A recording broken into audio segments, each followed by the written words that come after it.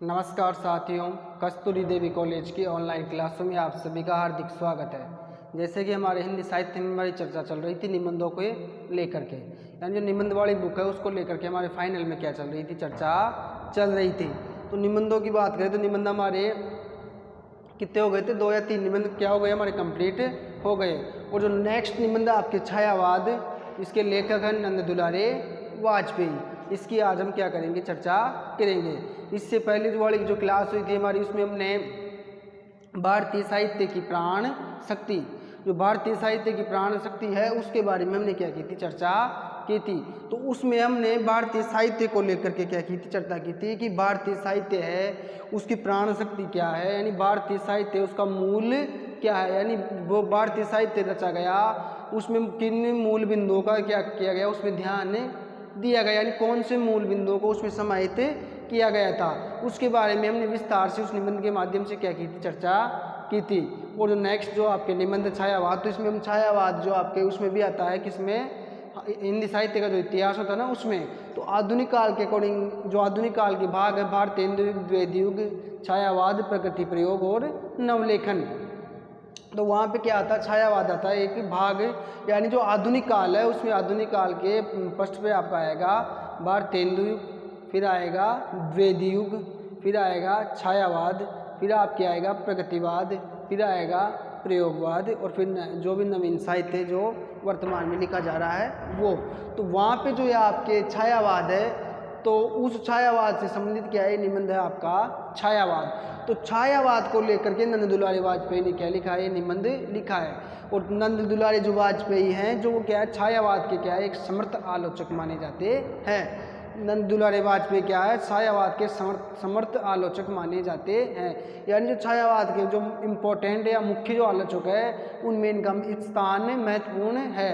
जो शुक्ल है, तो शुक्ल की जो भी मान्यताएं उनको लेकर के इन्होंने क्या किया, आलोचनाएं की है, यानी शुक्ल को जो भी मान्यताएं दी उनको लेकर के इन्होंने काफ़ी सारी आलोचनाएं की है। तो एक समर्थ आलोचक के रूप में हमारे सामने उभर कर आते हैं कौन, वाजपेयी जी, जो छायावाद में जो एक समग्र जो शुक्ल की मान्यताएं उनका मतलब समग्र रूप से खंडन करते हुए एक उभर कर एक आलोचक के रूप में हमारे सामने कौन आए हैं, वाजपेयी जी आते हैं। तो वाजपेयी जी एक समर्थ आलोचक भी क्या होते हैं, छायावाद के माने जाते हैं। अब बात करें छायावाद जो निबंध है उसके बारे में, तो उसके बारे में चर्चा करने से पहले हमें जो नंद दुलारे वाजपेयी हैं इनके साहित्य के बारे में थोड़ी सी चर्चा करनी है, यानी इनको साहित्य को लेकर के इनके साहित्य की क्या क्या विशेषताएं हैं, इनके अकॉर्डिंग क्या करनी है, चर्चा करनी है। फिर उसके बाद में जो आपका निबंध छायावाद, उसमें किस बिंदुओं को लेकर के या कौन सी घटनाओं को लेकर के या किस मुद्दे को लेकर के इस निबंध में चर्चा की गई है, क्योंकि निबंध में क्या होता है, कथानक नहीं होता है, इसमें क्या विवेचनात्मक शैली में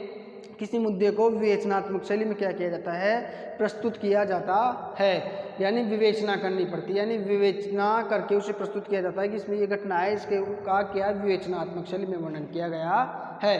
तो उसकी क्या एक विचार, यानी अपने विचार प्रस्तुत करने होते हैं, कि विवेचना प्रस्तुत करनी होती है किस में, निबंध में। ये नहीं कि कोई कथानक चल रहा है, ये पात्र है, इनकी ये भूमिका है, एक स्टोरी नुमा ये क्या होता है, निबंध नहीं चलता है, इसमें क्या विवेचनात्मक शैली का प्रयोग किया जाता है। तो जो छायावाद निबंध है इसके बारे में बाद में चर्चा करेंगे, इससे पहले हम नंद दुलारे वाजपेयी, तो इनके साहित्य के बारे में, इनका साहित्यिक परिचय के बारे में हम थोड़ा सा विस्तार से अध्ययन करते हैं। अब बात करें इनके साहित्य के जो फर्स्ट बिंदु है उसके बारे में, तो फर्स्ट बिंदु क्या है, नंद दुलारे वाजपेयी हिंदी के साहित्यकार, क्या है ये, हिंदी के साहित्यकार, पत्रकार, संपादक, समीक्षक और प्रशासक भी रहे। जो नंद दुलारे वाजपेयी जो एक आलोचक के रूप में प्रसिद्ध हुए थे, छायावाद के आलोचक के रूप में जाने जाते हैं, वो हिंदी साहित्यकार के रूप में, यानी हिंदी साहित्यकार का मतलब होता है हिंदी साहित्य के अकॉर्डिंग अपना साहित्य लिखा, इसलिए क्या कहेंगे, इसको एक साहित्यकार का रूप देते हैं। तो जो नंद दुलारे वाजपेयी साहित्यकार के अलावा पत्रकार भी, इन्होंने अनेक सी पत्र पत्रिकाओं को भी क्या किया, संपादन किया और उनका प्रकाशन किया। तो अनेक प्रकार की पत्रिकाओं का संपादन किया। तो एक पत्रकार के रूप में भी हमारे सामने हिंदी साहित्य में उभर कर आते हैं ये, और संपादक है, यानी अनेक पत्रिकाओं का क्या किया इन्होंने, संपादन भी किया, और पत्र क्या किए, पत्र भी इन्होंने प्रकाशित करवाया, यानी पत्रों का भी प्रकाशन किया, यानी पत्रकार भी थे, यानी पत्र भी क्या करते थे, लिखते थे, यानी पत्रों का भी इन्होंने क्या किया, प्रकाशन किया साहित्य के साथ साथ, और पत्रों का क्या किया, संपादन भी किया, यानी एक संपादक के रूप में, यानी संपादन के रूप में भी क्या है ये प्रसिद्ध है। संपादक का मतलब ये है कि कोई भी पत्र हो उसको छपने के लिए क्या करते हैं, तैयार किया जाता है, उसको संपादन किया जाता है कि छपने के लिए पत्र क्या ठीक है या नहीं। तो उसका जो संपादक मंडल होता है, जो संपादक की भूमिका निभाता है, यानी जो संपादक करता है उसका, तो वो होता है कौन, संपादक। और एक समीक्षक, यानी आप क्या करो, समीक्षा करो किसी चीज़ को लेकर के, यानी कोई भी टॉपिक या कोई भी बिंदु या कोई कहानी हो या कोई मुद्दे को लेकर के या कोई निबंध को लेकर के उसकी क्या करो, समीक्षा करो। क्या करना, समीक्षा करना कि ये ठीक है या ये गलत है या इसमें इन चीज़ों का प्रयोग नहीं होना चाहिए, यानी एक समीक्षात्मक कृति करना, यानी किसी टॉपिक को या किसी साहित्य को या किसी रचना को लेकर के उसकी समीक्षात्मक ग्रंथ लिखना है, उसकी समीक्षा करना कि इसमें ये तो कमियाँ थी और इसमें ये अच्छाइयाँ है, इसमें ये फेरबदल किया जा सकता है। और प्रशासक भी रहे, यानी एक प्रशासक के रूप में भी वो क्या है हमारे सामने उभर कर आते हैं। तो नंद दुलारे वाजपेयी जो कितने रूपों में हमारे सामने आ रहे हैं, यानी एक साहित्यकार है हिंदी के, यानी इन्होंने हिंदी के साहित्य अकॉर्डिंग ना बहुत सारा साहित्य लिखा है, पत्रिकाएँ भी लिखी, कहानी कविता सारा सब कुछ क्या किया, निबंध भी लिखे, किसने, नंद दुलारे वाजपेयी ने। तो नंद दुलारे वाजपेयी साहित्यकार के अलावा पत्रकार, संपादक, समीक्षक और प्रशासक भी रहे हैं, यानी इन रूपों, इनके ये रूप भी हिंदी साहित्य में देखने को मिलते हैं, या इन रूपों के कौन, या इन रूपों को भी हिंदी साहित्य में प्रसिद्धि प्राप्त हुई है। तो इसलिए मेन रूप से देखा जाए तो समर्थ आलोचक माने जाते हैं छायावाद के, जो रामचंद्र शुक्ल की मान्यताओं का खंडित करते हुए या उनका खंडन करते हुए इनको दिखाया जाता है। अब नेक्स्ट विशेषता की बात करें हम इसकी, तो इनको छायावादी कविता के सिरस्थ आलोचक के रूप में माना जाता है। यानी जो छायावादी कविता है, क्या, जो छायावादी कविता है, अब छायावाद में बहुत सारी कविताएं क्या हुई, लिखी गई।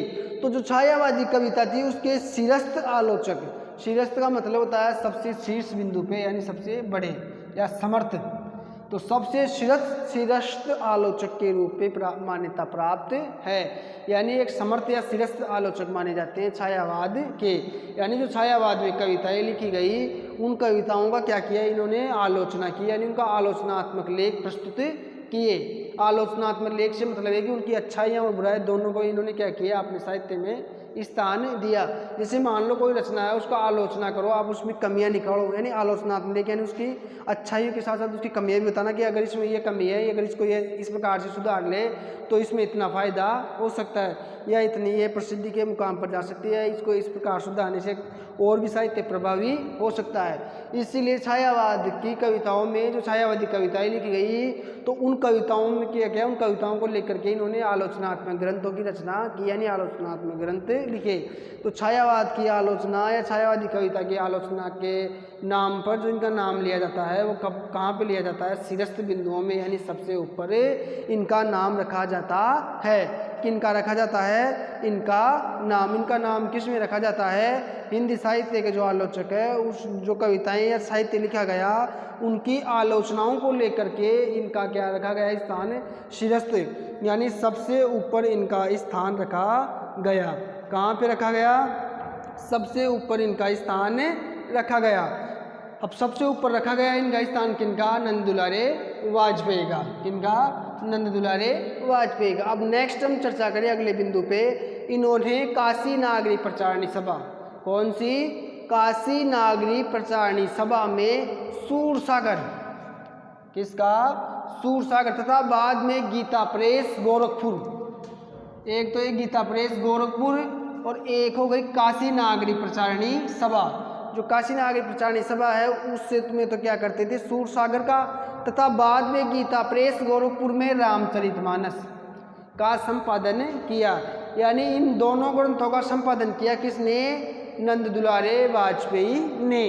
अब इनका संपादन कहाँ कहाँ से किया, नागरिक प्रचारणी जो सभा है, नागरिक प्रचारणी जो संस्था है, उस संस्था या उस सभा में सूरसागर का, यानी सूरसागर रचना है सूरदास की, तो उसका क्या किया इन्होंने, संपादन किया किसके माध्यम से, इस सभा इस पत्रिका के माध्यम से।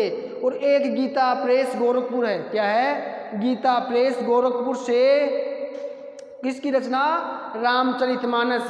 किसकी है ये रचना, तुलसीदास, किसकी, तुलसीदास की रचना है, यानी तुलसीदास का महाकाव्य है रामचरितमानस। और इसकी भाषा है अवधी, इसे अवधी का महाकाव्य भी कहा जाता है। क्या है ये, अवधी का महाकाव्य रामचरितमानस। तो इसका भी इन्होंने गीता प्रेस गोरखपुर से क्या किया, संपादन किया। तो ऊपर पढ़ा था ना हमने, ये साहित्यकार है, यानी जो साहित्य का भी इन्होंने क्या किया, निर्माण किया, यानी निबंध लिखे, जो भी कुछ भी लिखा इन्होंने वो।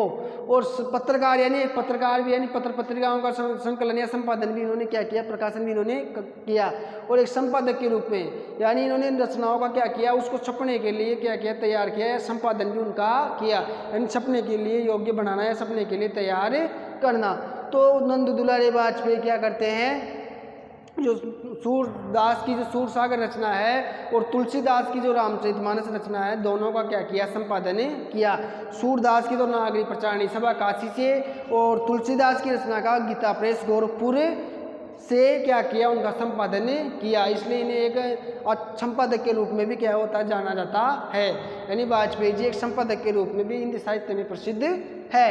अब नेक्स्ट बिंदु की बात करें हम, शुक्लोत्तर समीक्षा को, यानी जो शुक्ल युग था, तो उसकी जैसे निबंध पढ़े थे ना हमने, तो निबंधों के अकॉर्डिंग हमने भारतेंदु युग, द्विवेदी युग, शुक्ल युग और शुक्लोत्तर युग, ये 4 युगों के अंतर्गत हमने निबंध का विकास पढ़ा था। यानी निबंध का विकास कितने चरणों में हुआ था, भारतेंदु युग, द्विवेदी युग, शुक्ल युग और शुक्लोत्तर युग, इन 4 युगों के माध्यम से हमें निबंध का विकास देखने को मिलता है। तो निबंध की शुरुआत तो भारतेंदु युग में ही हो गई थी, लेकिन धीरे धीरे क्या उसका विकास बढ़ता गया। तो बात करें किसकी, शुक्लोत्तर युग की, यानी जो शुक्ल युग के बाद, जो शुक्ल के बाद का जो युग था शुक्लोत्तर युग। तो शुक्लोत्तर समीक्षा को नया संबल देने वाले, यानी जो समीक्षा है शुक्लोत्तर यानी उस युग की, यानी शुक्लोत्तर युग की जो समीक्षा है उसको नया संबल देने वाले स्वच्छंदतावादी समीक्षक आचार्य वाजपेयी, यानी जो नई उस समीक्षा थी उनको नया संबल दिया इन्होंने, यानी नया कुछ उसमें परिवर्तन किया। देने वाले स्वच्छंदतावादी, यानी कैसे थे, स्वच्छंद थे, यानी स्वच्छंदतावादी समीक्षक कहलाते हैं कौन, वाजपेयी। तो स्वच्छंदतावादी समीक्षक आचार्य वाजपेयी का आगमन छायावाद के उन्नायक के रूप में हुआ। तो जो इनका आगमन हुआ था वो किसके रूप में हुआ था, छायावाद के उन्नायक के रूप में हुआ था। छायावाद के उन्नायक का मतलब है कि छायावाद क्या जो उसमें वो चल रहा था इन काल, तो छायावाद के अकॉर्डिंग किसका नाम लिया जाता है, वाजपेयी जी का। तो छायावाद के क्या ही उन्नायक माने जाते हैं, यानी छायावाद में ज़्यादा प्रगति करने वाले या ज़्यादा उन्नति करने वालों में किसका नाम अग्रणी है, वाजपेयी जी का। किसका, वाजपेयी का।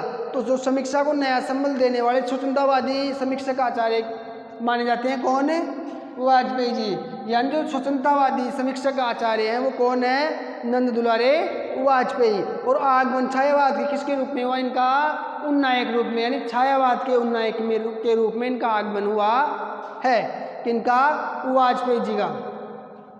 अब नेक्स्ट बात करते हैं हमें, इन्होंने छायावाद द्वारा हिंदी काव्य में आए नवोन्मेष का, नवीन सौंदर्य का एवं क्या किस किस का, इन्होंने छायावाद द्वारा हिंदी काव्य में आए नवोन्मेष, यानी छायावाद की वजह से जो हिंदी काव्य है, हिंदी जो काव्य रचा गया उसमें नवोन्मेष का, नवीन सौंदर्य का एवं सहृदय का क्या किया, यानी इन्होंने छायावाद द्वारा, किसके द्वारा, छायावाद द्वारा हिंदी काव्य में आए नवोन्मेष, यानी छायावाद की वजह से हिंदी साहित्य में क्या हुआ, कुछ नया परिवर्तन हुआ और कुछ नया देखने को मिला या कुछ नया कवियों ने अपनाया।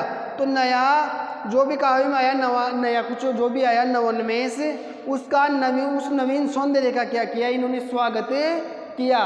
और स्वागत किया तो किससे, सहृदय से, यानी अपने सहृदय से, यानी अपने हृदय में स्थान दे करके उस छायावाद में जो भी कुछ परिवर्तन हुए, जो भी नवीनमेष उत्पन्न हुए, यानी जो भी नवीनता आई, जो भी नवीनता देखने को मिली, उन्होंने सहृदय उस नवीनता को क्या किया, आत्मसात किया या अपनाया।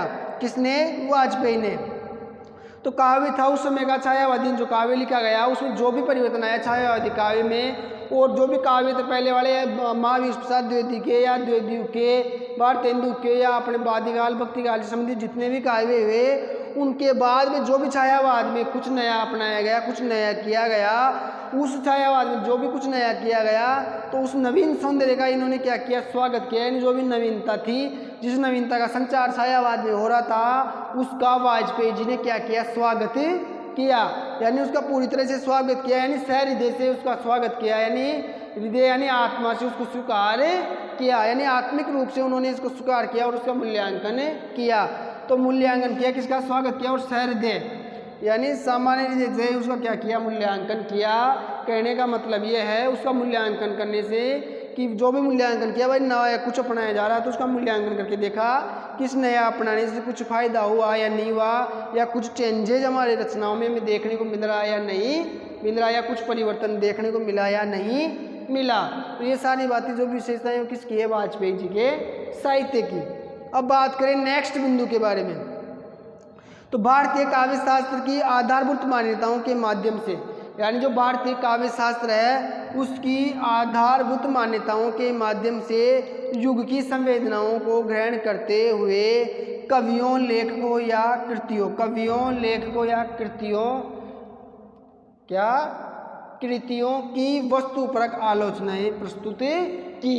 क्या किया, इनकी वस्तुपरक आलोचना प्रस्तुत की किसने, वाजपेयी जी ने। किस प्रकार कि भारतीय काव्य शास्त्र की जो आधारभूत मान्यताएं हैं, यानी जो हमारा भारतीय काव्य शास्त्र है, जो उसकी मूल रूप से यानी आधारभूत से यानी सामान्य तौर पर जो जो मान्यताएं हैं के माध्यम से, यानी उनके माध्यम से या उनके जरिए से युग की संवेदनाओं को ग्रहण करते हुए, यानी उनके माध्यम से जो अपना समय चल रहा है उस समय के अकॉर्डिंग संवेदनाओं को ग्रहण करते हुए, यानी जो भावनाएं जो भी इमोशंस है उनको ग्रहण करते हुए कवियों, लेखकों या कृतियों की वस्तुपरक आलोचना प्रस्तुत की। तो उनको ग्रहण करते हुए कवि, लेखक जो भी कृतिकार है, कृतियां हैं की वस्तुपरक आलोचनाएं प्रस्तुत की। क्या किया, यानी के माध्यम से नवीन सब के युग की नवीन संवेदनाओं या युग की संवेदनाओं को ग्रहण करते हुए कवि, लेखक या कृतियों की वस्तुपरक आलोचनाएं की। यानी उनकी क्या की, वो सामान्य तौर पर या वस्तुपरक आलोचनाएं उन्होंने की। किसने, नंद दुलारे वाजपेयी ने, क्योंकि वो एक समर्थ आलोचक के रूप में छायावाद में उभर कर आते हैं। तो जो भारतीय काव्य शास्त्र है या जिसमें आधारभूत जो भी मान्यताएं हैं के माध्यम से युग की जो भी संवेदनाओं को ग्रहण करते हुए के माध्यम से, यानी काव्य शास्त्र की आधारभूत मान्यताओं के माध्यम से इन्होंने क्या किया, युग की संवेदनाओं को ग्रहण किया। काव्य शास्त्र की जो आधारभूत मान्यताएं हैं उनके माध्यम से युग की संवेदनाओं को क्या किया, ग्रहण किया, और लेखकों, कवियों और कृतियों की वस्तुपरक आलोचनाएं प्रस्तुत की। यानी जो कवि थे, लेखक थे और आलोचक थे, उनकी वस्तुपरक आलोचनाएं यहाँ पे प्रस्तुत की गई है, यानी उनकी आलोचना भरपूर रूप से की गई। भाषा को साध्य व न मानकर साधन माना। तो जो वाजपेयी जी है वो भाषा को क्या मानते हैं, साध्य नहीं मानते। क्या मानते हैं, साधन मानते हैं। क्या मानते हैं, भाषा को साधन। तो ये भाषा को इन्होंने क्या माना, साधन माना। यानी भाषा को इन्होंने साध्य नहीं माना, यानी भाषा तो साध्य नहीं है, जरिया नहीं है, तो साधन ही है। यानी साध्य नहीं है तो क्या हो गई, साधन ही हो गई क्या, भाषा। अब किस में साधन हो गई, इनके साहित्य में, या इनके साहित्य में इन्होंने भाषा को क्या माना, साधन के रूप में देखा है, या साधन के रूप में भाषा को अपनाया है। तो आम ने जो भी देखा है कि नंद दुलारे वाजपेयी की विशेषताओं के अकॉर्डिंग हमने देखा। और एक इसमें बार बार क्या आएगा, एक विशेषता हम ये डाल सकते हैं इसमें कि जो नंद दुलारे वाजपेयी हैं, जो छायावाद के प्रसिद्ध आलोचक के रूप में भी क्या है, ये प्रसिद्ध है। तो एक विशेषता ये भी आ सकती है आपके सामने कि नंद दुलारे वाजपेयी छायावाद के एक समर्थक आलोचक या व्यवस्थित आलोचक के रूप में हमारे सामने प्रस्तुत होते हैं, या व्यवस्थित आलोचक के रूप में भी जाने जाते हैं, क्योंकि इन्होंने छायावाद में क्या है, आलोचक के रूप में अपनी महत्वपूर्ण भूमिका निभाई है। यानी छायावाद के समर्थ आलोचक ये माने जाते हैं। यानी बहुत सारी इन्होंने आलोचनाएं लिखी, यानी आलोचनात्मक ग्रंथों की वो क्या किया, इन्होंने रचनाएं की। और बात करें किसको, आचार्य रामचंद्र शुक्ल के अकॉर्डिंग, तो आचार्य रामचंद्र शुक्ल है तो जो भी वो उन्होंने जो भी मत मान्यताएं जो प्रस्तुत की, तो उन मान्यताओं या उन मतों का क्या करते हैं, ये खंडन करते हैं। क्या करते हैं, उन मान्यताओं का क्या करते हैं, वाजपेयी जी खंडन करते हैं प्रत्यक्ष रूप से। कैसे, प्रत्यक्ष रूप से उन मान्यताओं का खंडन किया कि इन्होंने नंद दुलारे वाजपेयी जी ने। तो जो आचार्य रामचंद्र की शुक्ल की रचनाएं हैं, जो भी उनके ग्रंथ है या उनके जो भी विचार है, उनका समग्र और समर्थक आलोचक कौन माना जाता है, नंद दुलारे वाजपेयी, यानी शुक्ल की मान्यताओं का खंडन करने वाले फर्स्ट समर्थक आलोचक नंद दुलारे वाजपेयी माने जाते हैं। ये भी इनके साहित्य के अकॉर्डिंग इनकी एक विशेषता है, जिसको भी हम इसके अकॉर्डिंग रख सकते हैं। तो कुल मिलाकर के अपनी कितनी हो गई, 1 2 3 4 5 6 7 और 2 3 ये मैंने आपको बताई। तो करीबन क्या 10 पॉइंट या 10 बिंदु है किनको, इनके साहित्य की विशेषताओं को लेकर के। अब बात करते हैं इनके साहित्य के अलावा, तो एक बार इसका रिवीजन तौर पे हम देख लें शॉर्ट में। तो जो नंद दुलारे वाजपेयी जो इसकी साहित्य की जो भी विशेषताएं हमने पढ़ी, उसमें प्रश्न दिया आपके कि ये साहित्य के कार्य के साथ साथ किस किस रूपों में भी हमारे सामने प्रस्तुत है, किस किस रूपों में भी प्रसिद्ध हुए, पत्रकार, संपादक और समीक्षक के रूप में भी क्या होते हैं, वाजपेयी जी जाने जाते हैं। यानी इन्होंने साहित्य ही नहीं लिखा, इन्होंने संपादन, प्रकाशन और समीक्षा भी इन्होंने क्या की है ग्रंथों की। क्या समीक्षक या संपादक या प्रकाशक के रूप में या पत्रकार के रूप में भी क्या हुई, प्रसिद्धि हुए, या उनके उन विधाओं के अकॉर्डिंग या उनके अकॉर्डिंग भी इन्होंने अपने कार्य क्षेत्र का विषय बनाया। बात करें छायावादी कविता के श्रेष्ठ आलोचक के रूप में प्रसिद्ध, यानी छायावाद की जो कविता है उसके शीर्ष दर्जे के यानी शीर्ष दर्जे के आलोचक के रूप में भी ये जाने जाते हैं। इन्होंने छायावाद का समर्थक आलोचक है वो कौन माना जाता है, वाजपेयी जी। आगे बात करें, इन्होंने काशी नागरिक प्रचार सभा यानी काशी से और गोरखपुर प्रेस से क्या किया, काशी से तो सूरदास और गोरखपुर प्रेस से तुलसीदास, दोनों रचनाएं इंपॉर्टेंट है, दोनों का इन्होंने क्या किया, संपादन किया। सूरसागर तो किसकी हो गई, कहाँ गई, सूरसागर किसकी हो गई, सूरदास की, और ये रामचरितमानस किसकी हो गई, तुलसीदास की। सूरसागर, सूरसारावली और साहित्य लहरी, 3 रचनाएं किसकी, सूरदास की, और इसकी रामचरितमानस हो गई तुलसीदास की, और विनय पत्रिका हो गई, कवितावली, गीतावली, बरवे रामायण, कृष्ण गीतावली, तो ये सारी रचनाएं किसकी हो गई, तुलसीदास की।